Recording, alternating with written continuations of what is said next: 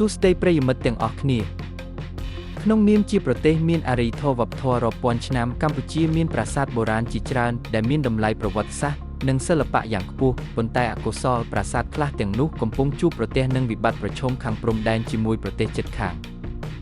កាលពីរយៈពេលថ្មីនេះកម្ពុជាបានសម្រេចបញ្ជូនបញ្ហាពាក់ព័ន្ធនឹងប្រាសាទតាមាន់ធំតាមាន់តូចតាក្របីនិងតំបន់មុំបីទៅឲ្យសាលាក្តីអន្តរជាតិឬ ICC ដើម្បីស្នើឲ្យពិចារណាការដោះស្រាយតាមផ្លូវច្បាប់និងសន្តិភាព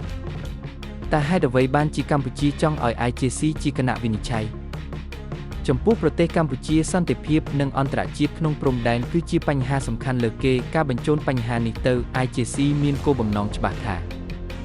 ស្វែងរកការសម្រេចត្រឹមត្រូវតាមផ្លូវច្បាប់អន្តរជាតិជៀសវាងជម្លោះឈាមនិងការប្រើកម្លាំងយោធាថែរក្សាបរិយាកាសសន្តិភាពនិងទំនាក់ទំនងល្អជាមួយប្រទេសជិតខាងកាលពីឆ្នាំ1962 ICC បានសម្រេចប្រាសាទព្រះវិហារជាសម្បត្តិរបស់កម្ពុជាហើយនៅឆ្នាំ2013ក៏បានបញ្ជាក់ផងដែរថាតំបន់ជុំវិញប្រាសាទក៏ជាសម្បត្តិរបស់កម្ពុជាដូច្នេះការបញ្ជូនបញ្ហាថ្មីៗទៅសាលាក្តីនេះជាជំហានច្បាស់លាស់នៃការប្រកាសអំណត់ក្នុងការទាមទារសិទ្ធិដោយសន្តិភាព